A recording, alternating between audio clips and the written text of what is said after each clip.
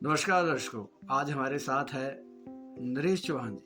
कौन नहीं जानता, भाजपा मंडल रामपुर शहर के अध्यक्ष है और आपको बताएं कि भिन्न भिन्न मुद्दों पे हमारे साथ अक्सर आते रहते हैं। जो आज हमारे साथ मुद्दे पे आए हैं, ये मुद्दा है ट्रांसपोर्ट। जी हाँ, बहुत ज़रूरी मुद्दा है। ट्रांसपोर्ट पे लेकर, ट्रांसपोर्ट की हालत को लेकर क्या कहेंगे नरेश चौहान जी।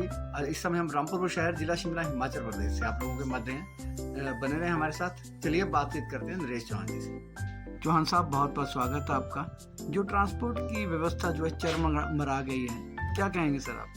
क्या विचार हैं आपके? सुप्रभात चैनल के सभी दर्शकों को मेरा प्यार भरा नमस्कार।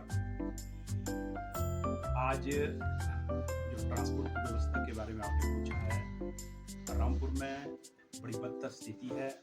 जिस आशा के साथ जनता ने कांग्रेस की सरकार बनाई थी और रामपुर से लगातार विधायक को जीतकर विधानसभा भेजा था, और एक आशा और थी कि रामपुर में युवा नेता, लोक निर्माण मंत्री विक्रमादित्य सिंह जी के रूप में एक युवा चेहरा जो रामपुर के विकास के लिए अपनी प्राथमिकता देंगे। लेकिन वर्तमान समय में जिस प्रकार से पथ परिवहन निगम का हालत है, उसके अनुसार हर यात्री आज परेशान है और जो बसें 3 बजे जिसका टाइम है वो 6 बजे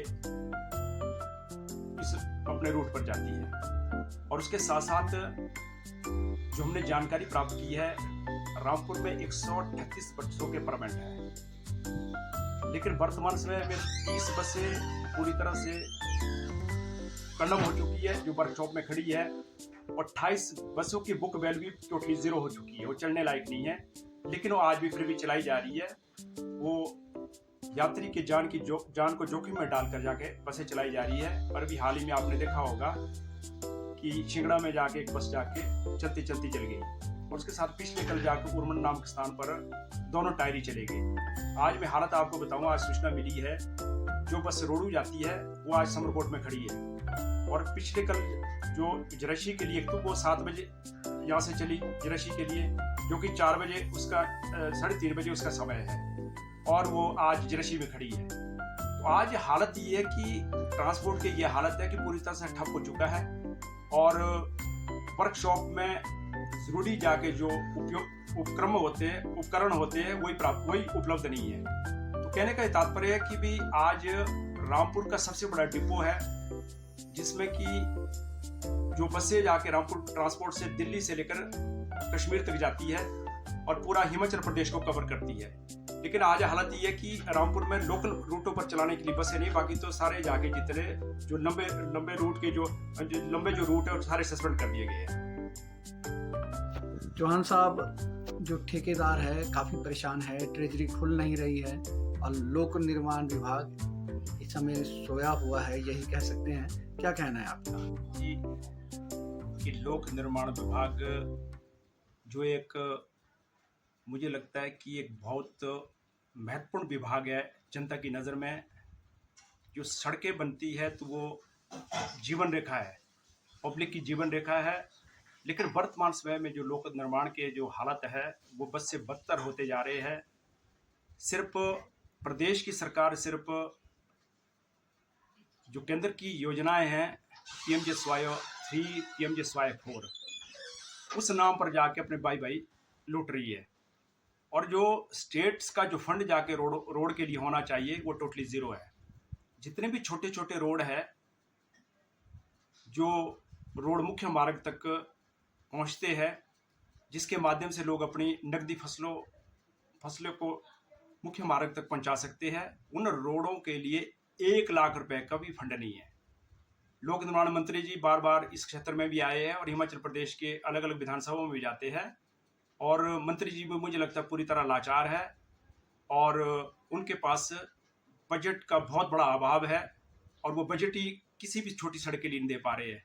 लेकिन सिर्फ एक ही बात का गुणगान गा रहे हैं कि प्रधानमंत्री सड़क योजना, प्रधानमंत्री ग्राम सड़क योजना फेज 3, अब वो बात कर रहे हैं कि फेज 4।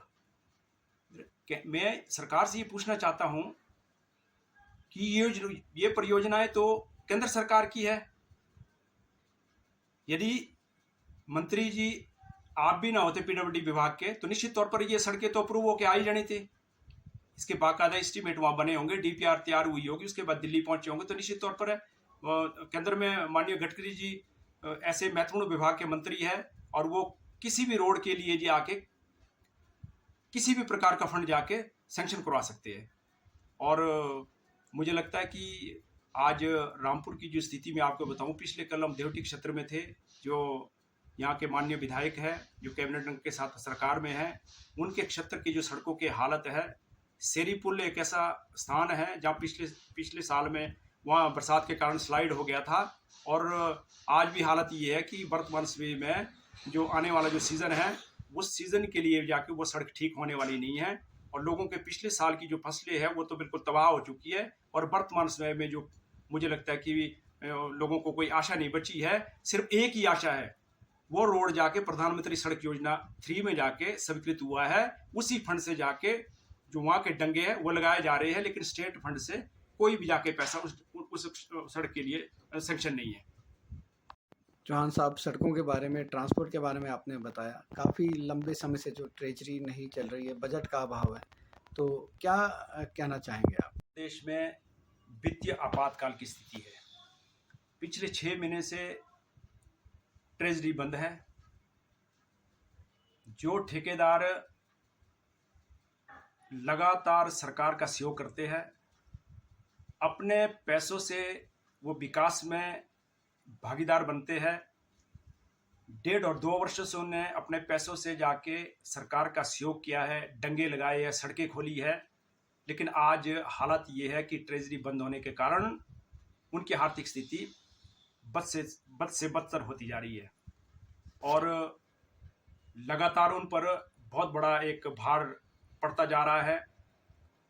ठेकेदार निश्चित तौर पर वो अपने आर्थिकी को आगे बढ़ाने के लिए कार्य करता है और इस आशा के साथ समय से जाके 31 मार्च आएगा, हमारी पेमेंट होगी, लेकिन हालत ये है वर्तमान समय में 31 मार्च आया और ठेकेदार को कोई पेमेंट नहीं हुई है और ठेकेदार ही नहीं जुड़ा है। इस कड़ी में बहुत सारे ऐसे व्यापारी लोग जुड़े हैं। ठेकेदार तो पीड़ित है ही है, उसके साथ कोई हार्डवेयर का बिजनेसमैन वाला है और कोई गाड़ी वाला है, कोई जाके क्रशर वाला है और कोई जाके करियाना वाला है, जिससे भी जाके सामान जाके उन्होंने उस कार्य करने के लिए, पूर्ण करने के लिए जो सामान परचेज किया है उसकी पेमेंटें उनको नहीं मिल पा रही है।